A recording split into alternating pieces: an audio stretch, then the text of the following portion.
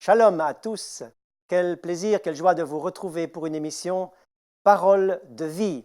Je vous invite à lire avec moi dans l'Écriture sainte, dans la Bible, au chapitre 13 de l'Exode et les versets 17.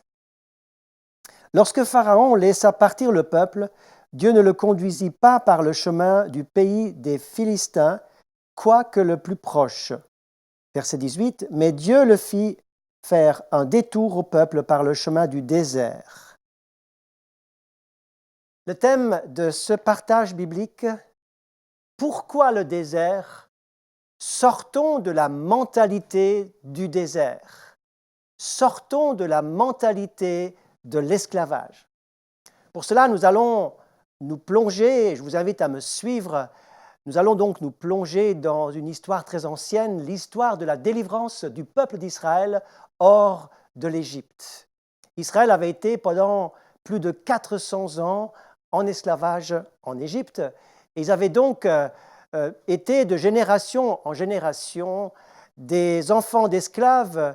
Ils étaient nés dans l'esclavage, ils sont morts dans l'esclavage, ils ne connaissaient que ça. Ils avaient forcément développé une mentalité d'esclaves.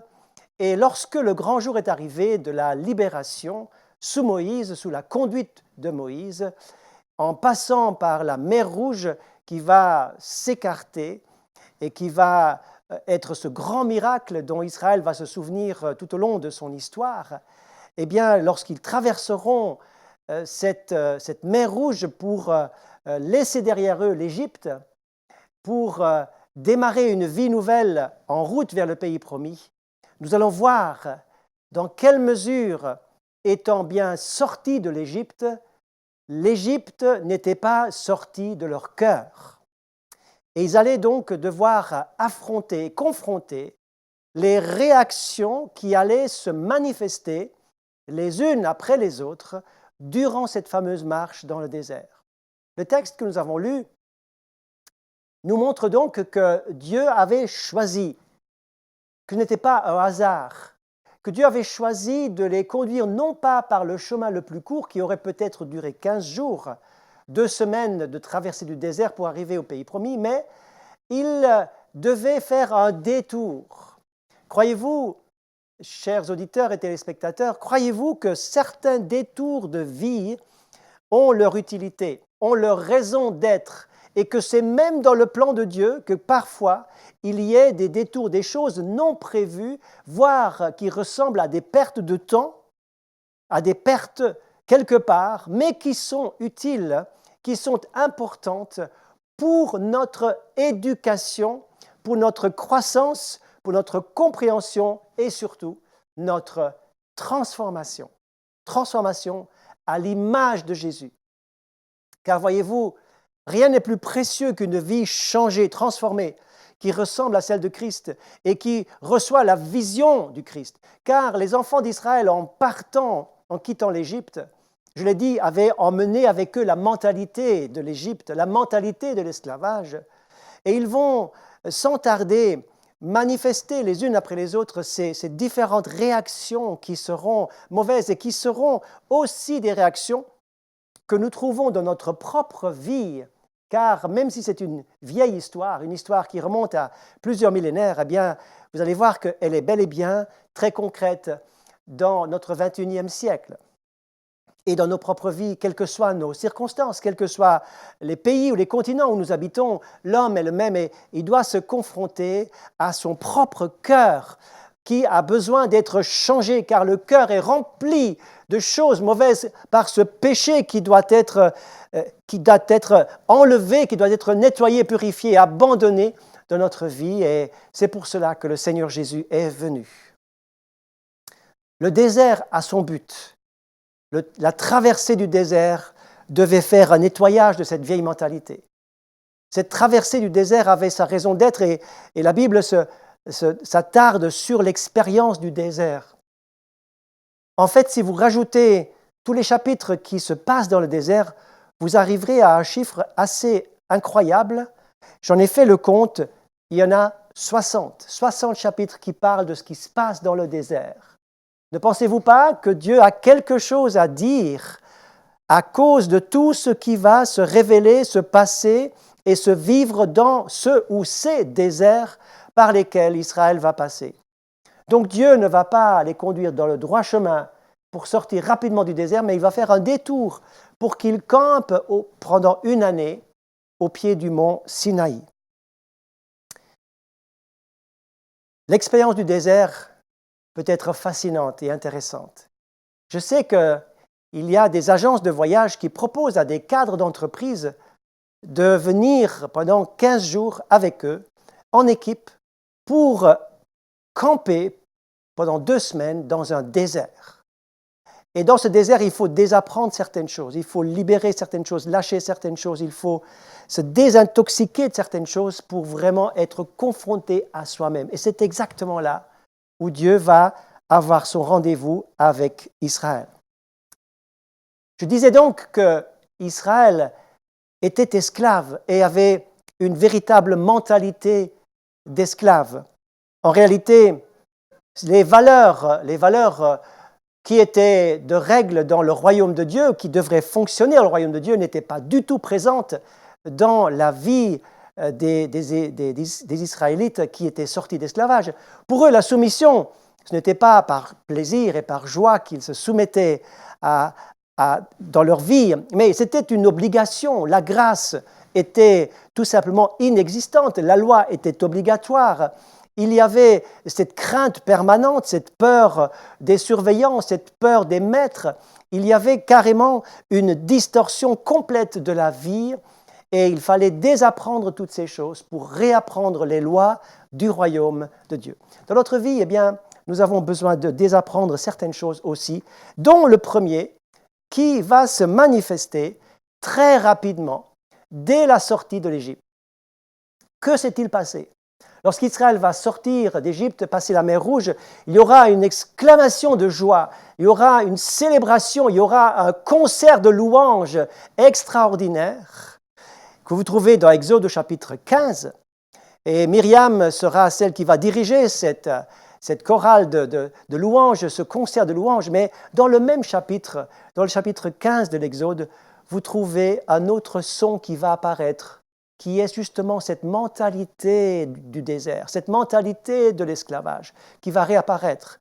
Et dans le chapitre 15, vous lirez à partir du verset 22, lorsqu'Israël va continuer son périple dans le désert, ils ne trouvèrent pas l'eau qu'il fallait trouver et ils commencèrent à faire quelque chose qui va être comme une habitude, comme quelque chose qui va se poursuivre en permanence. Pourquoi? Eh bien parce que c'est inscrit en eux.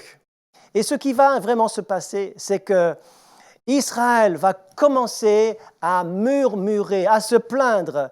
Ils ne sont pas satisfaits de la manière dont ils sont conduits. Je vous pose la question, à vous qui m'écoutez, je vous pose la question, est-ce que vous êtes satisfait, est-ce que vous êtes dans le bonheur de la manière dont vous êtes dirigé par le Seigneur? Est-ce que la vie vous apporte satisfaction?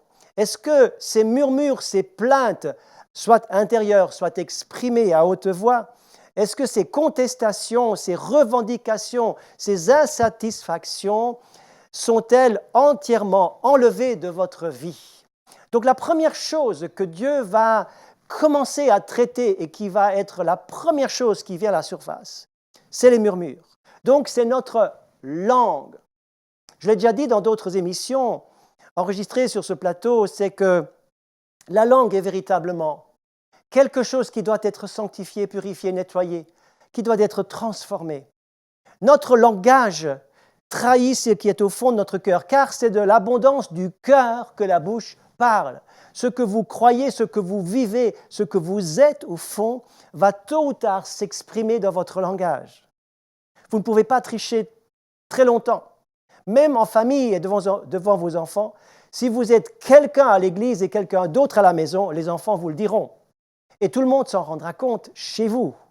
Vous ne pouvez pas longtemps tricher avec vous-même. Votre langage a besoin de nettoyage, de changement. Cette mentalité d'esclave, cette revendication, cette insatisfaction et ces murmures doivent être traités. Israël n'est pas content. Et Dieu va dire au chapitre 11 du livre des Nombres, « Le peuple murmura et cela déplut aux oreilles de l'Éternel. » Chapitre 14, toujours dans les Nombres, donc le livre qui raconte l'histoire du désert. « Jusque à quand laisserai-je cette méchante assemblée murmurer contre moi?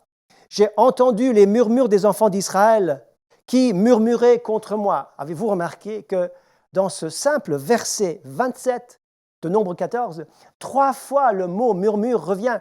Donc c'était vraiment une habitude, c'était vraiment quelque chose de constant.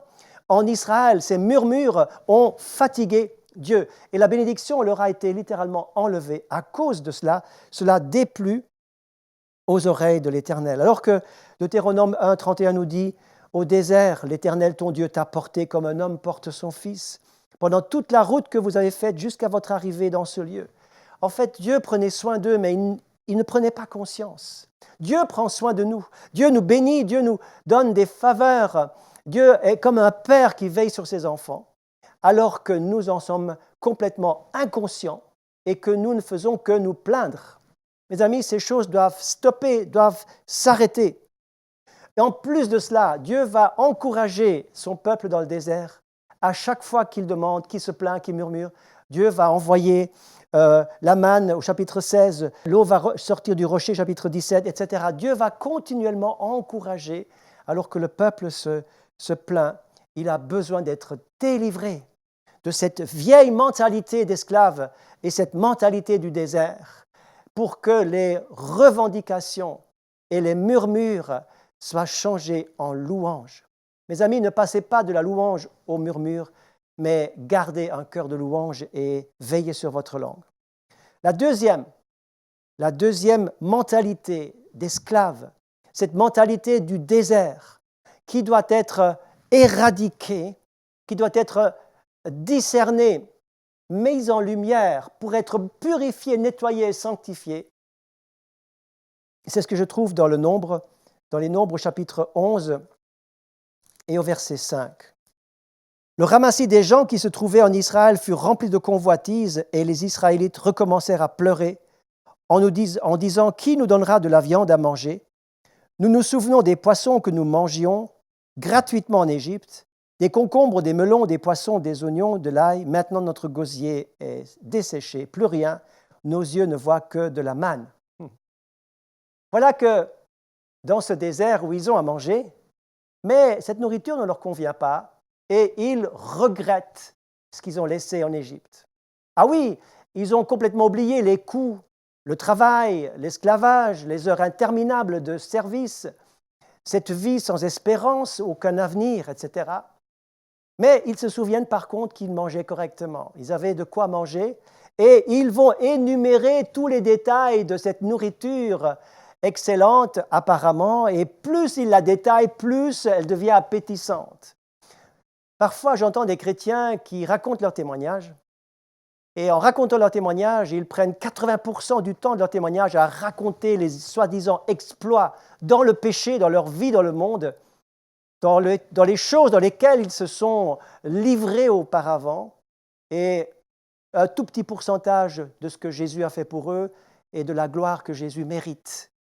C'est comme s'ils regrettaient carrément les choses qu'ils ont laissées en arrière. Ah, c'était quand même une partie de plaisir intéressante. C'était quand même quelque chose qui nous a fait du bien, qui était quelque chose qu'ils commencent déjà à regretter. Mes amis, si vous oubliez d'où vous êtes sortis et de quoi Jésus vous a délivré par sa main puissante et son bras étendu, si vous oubliez d'où vous êtes sortis de ce bourbier, de cette perdition éternelle, si vous oubliez cela, vous allez toujours regretter tôt ou tard les choses qui vous ont semblé si bonnes. Vous savez, le diable aimerait bien vous dépeindre toute la bonne nourriture de l'Égypte, toutes les bonnes choses que vous aviez autrefois. pour que vous minimisiez la bénédiction de Dieu et que vous augmentiez les choses que vous avez peut-être laissées. Ce n'est pas ça la vie chrétienne. La vie chrétienne, elle a une valeur. La vie chrétienne, elle a une plénitude. La vie chrétienne, elle a quelque chose qui fait envie aux autres. Est-ce que votre vie fait envie aux autres? Est-ce que votre vie témoigne de cette plénitude que Jésus vous donne? Car si vous n'avez pas la plénitude, le passé va revenir.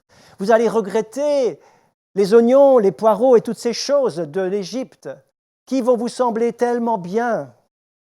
Cette radio nostalgique va commencer à vibrer à vos oreilles et vous allez avoir envie de retourner en Égypte.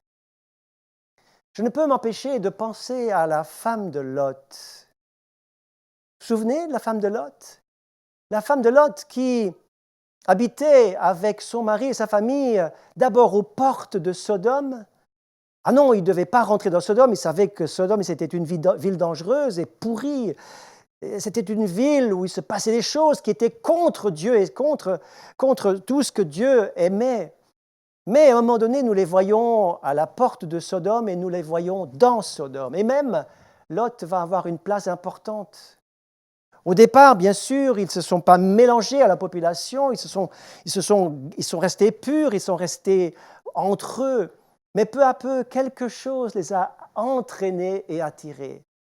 Et ce qui se passe de la femme de Lot, c'est qu'au début, elle a résisté, mais à un moment donné, elle trouvait quand même intéressant de profiter un maximum de tout ce qui se vivait à Sodome, de tout ce que Sodome pouvait leur proposer. Il y avait des avantages, il y avait des opportunités à saisir. Et elle est entrée dedans et elle a vu, waouh, c'est quand même pas mal. Tout ce qu'il y a ici à Sodome, il n'y a pas que le mauvais côté, il y a aussi des bons côtés. Et je vais saisir les bons côtés. Je ne vais pas trop m'aventurer dans les mauvais côtés. Mais à un moment donné, la mentalité de Sodome est entrée en elle. Elle vivait entre deux chaises. Elle vivait dans le royaume de Dieu, mais aussi dans le royaume de Sodome. Elle vivait comme en Égypte, le royaume d'Égypte et dans le royaume de la promesse. Elle vivait dans les deux. Mais quelle part prendre? Qui va gagner dans cette bataille entre ces deux royaumes? Mes amis, si vous êtes entre les deux, vous devez savoir que vous allez être perdant. Vous allez savoir que le royaume du mal va vous attirer tôt ou tard. Il nous faut nous séparer, il nous faut sortir. Et lorsque, je reviens à la femme de Lot, lorsque la trompette sonne, lorsque les anges disent « il faut sortir tout de suite de Sodome », premièrement, elle a traîné, elle ne voulait pas encore, elle n'avait pas la force ni le courage de quitter. C'était lourd, il fallait se séparer, il fallait encore dire au revoir, elle était attirée, elle était attachée, immanquablement attachée à plein de choses. À un moment donné, lorsqu'ils sortent, le feu va tomber sur Sodome et lorsque les fumées vont s'évaporer, on trouvera la femme de Lot transformée en statue de sel. Et voyez-vous, ce qu'il y avait de particulier dans cette statue de sel, c'est que son regard de cette statue figée, immobile, n'était pas tourné vers la sortie, vers l'espérance, vers l'avenir, vers la solution, vers le royaume, vers le salut. Mais son visage était resté figé vers Sodome parce qu'elle avait des attaches secrètes avec Sodome. Mes amis, ces regrets de l'Égypte vont tôt ou tard vous être le piège. Le piège. Ne vous laissez pas piéger par ces regrets qui est cette mentalité du désert, cette mentalité d'esclave et ce piège de Satan. La troisième mentalité du désert, la mentalité de l'esclave, je la trouve dans Exode au chapitre 31.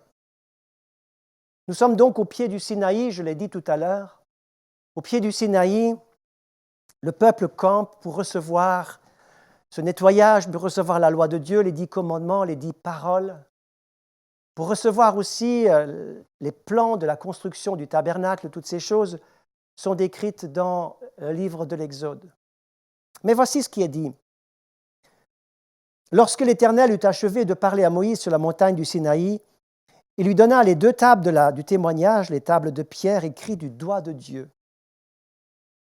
Le peuple, voyant que Moïse tardait à descendre, s'assembla autour d'Aaron et dit « Allons, fais-nous un Dieu qui marche devant nous, car ce Moïse, cet homme qui nous a fait sortir d'Égypte, nous ne savons pas ce qu'il est devenu. » Ce piège, cette mentalité-là, je l'ai appelé l'impatience. Ah, c'est certainement une vertu avec laquelle nous nous battons tous. L'impatience. Nous avons l'impression que la prière ne s'exauce pas. Vous avez prié, mais il n'y a rien, pas de réponse. Vous avez demandé, rien. Vous avez attendu, rien. Vous avez pourtant fait tout ce qui est juste, mais il n'y a pas le retour. Votre patience est mise à rude épreuve. Les années passent et vous n'avez toujours pas trouvé de conjoint. Les années passent, il n'y a toujours pas d'enfants dans la famille et cette impatience vous saisit. Combien c'est normal, combien c'est habituel. Mais cette impatience, alors qu'elle n'est pas un vrai danger maintenant, va devenir dangereuse. Pourquoi? Parce que Israël va dire « Dieu nous a oubliés, Moïse n'est plus là ». Il faut maintenant trouver une solution soi-même. C'est lorsque, écoutez-moi bien, c'est lorsque vous fabriquez vous-même votre propre solution que le danger arrive. C'est qu'il fallait trouver un Dieu, un autre Dieu. Dieu n'est plus là. On avait l'impression que Dieu n'était pas là. Il faut se fabriquer un Dieu. Il faut se trouver une solution pour que ce Dieu, pseudo-Dieu, marche devant nous. Alors qu'en réalité, eh bien, Dieu travaillait pour son peuple. En réalité, Dieu était occupé avec Moïse. En réalité, Moïse était déjà en train de descendre avec les 2 tables de la loi sous le bras, en train de descendre pour servir, pour donner, pour bénir le peuple et le monde entier avec. Mais l'impatience a fait que le peuple va se couper avec le plan de Dieu. Il y aura un rejet, il y aura le choix d'une fausse divinité. Et là, le diable va s'engouffrer dans cette brèche. Le diable va séduire le peuple. Le diable va ruiner ce peuple. Le diable va réellement s'emparer de ce peuple pour le tourmenter, mais aussi le faire entrer dans une dimension de divertissement malsaine qui sera terrible. Mes amis, lorsque l'impatience nous coupe de Dieu, c'est là que le danger est grand. Moïse va venir et c'est lui qui va, par son intercession extraordinaire, sauver ce qui reste à sauver. Et le Seigneur va donner quand même, encore une fois, une chance à ce peuple difficile, compliqué, difficile à redresser, difficile à éduquer, dont la mentalité, la vieille mentalité d'esclave est si difficile à enlever, à être changée par la mentalité du royaume de Dieu. Mais Moïse intercède, tout comme Jésus aujourd'hui intercède, tout comme les serviteurs de Dieu intercèdent. Serviteurs de Dieu, si vous m'écoutez, vous devez intercéder pour les vôtres. Vous devez prier et intercéder pour l'Église, pour le peuple de Dieu. C'est votre devoir, c'est ce que Dieu vous demande en priorité. C'est l'intercession pour le peuple de Dieu. C'est là que nous avons notre mandat premier. Et je voudrais encore terminer par une 4e mentalité qui doit être enlevée, extirpée de nos cœurs. Nous avons parlé des murmures, nous avons parlé des regrets, nous avons parlé de cette impatience, mais il y a encore autre chose. Je reviens dans Nombre 11 où il est dit que, ils disent « Il n'y a plus rien, nos yeux ne voient que de la manne. » La manne ressemblait à de la graine de coriandre et avait l'apparence du bdellidium. Lorsque vous lisez les différents textes dans Exode et dans Nombre, vous remarquerez quelque chose d'intéressant. Tout d'abord, lorsque le peuple va découvrir la manne, il est décrit comme étant un gâteau au miel. Il ressemble à un gâteau au miel. Et puis, lorsque vous lisez la suite dans quelques chapitres plus loin, et ça ressemble à un gâteau à l'huile. Et dans Nombre 21, chapitre 21, verset 5, il est dit que c'était décrit par le peuple comme un dégoût et une nourriture misérable. Avez-vous remarqué à quel point cette nourriture céleste s'est dévaluée au fur et à mesure? Cette nourriture, ce pain du ciel, ce pain de vie, qui était un gâteau au miel, qui est devenu un gâteau à l'huile, et encore plus tard, une nourriture misérable. lorsque la parole de Dieu, ce pain de vie, cette parole de Dieu, lorsqu'elle est dévaluée à ce point, eh bien, vous allez forcément être fatigué, lassé. Et combien de chrétiens ne lisent plus vraiment leur Bible? J'aimerais vous encourager à lire d'une manière systématique votre Bible. Lisez-la avec ardeur, avec soif, avec un désir, avec foi, en demandant que Dieu vous parle, que cette parole devienne non pas quelque chose qui soit lu obligatoirement, mais que ça devienne un pain de vie qui transforme notre être tout entier. Ne nous contentons pas d'écouter des sermons, mais lisons et étudions nous-mêmes la parole pour qu'elle soit toujours ce gâteau au miel, toujours ce pain de vie. Je termine en disant, quittons cette mentalité du désert, cette mentalité de l'esclave, où l'esclave n'a pas d'identité, n'a pas de relation, ne connaît pas son père, il n'a qu'un maître. Vous n'êtes plus des esclaves, vous êtes des enfants d'adoption, vous avez un papa, un père. Vous êtes fils et filles du Père. Découvrez donc cette nouvelle mentalité qui renonce au murmure, qui ne regrette pas parce qu'il a tout reçu, qui n'est pas impatient mais qui sait que Dieu répond en son temps, qui n'est pas lassé mais qui prend de l'appétit dans cette communion avec le Père. Eh bien, c'est en vous disant, ça suffit. Quittez la mentalité du désert, quittez la mentalité d'esclave et entrez avec joie dans le royaume des promesses, dans le royaume que Dieu, votre Père, a préparé pour chacun de vous. Que Dieu vous bénisse. Et je vous bénis dans ce sens, afin que vous puissiez saisir ce qu'il y avait à saisir dans ce message. Vous puissiez surtout le mettre en pratique. Que le Seigneur vous bénisse. À bientôt.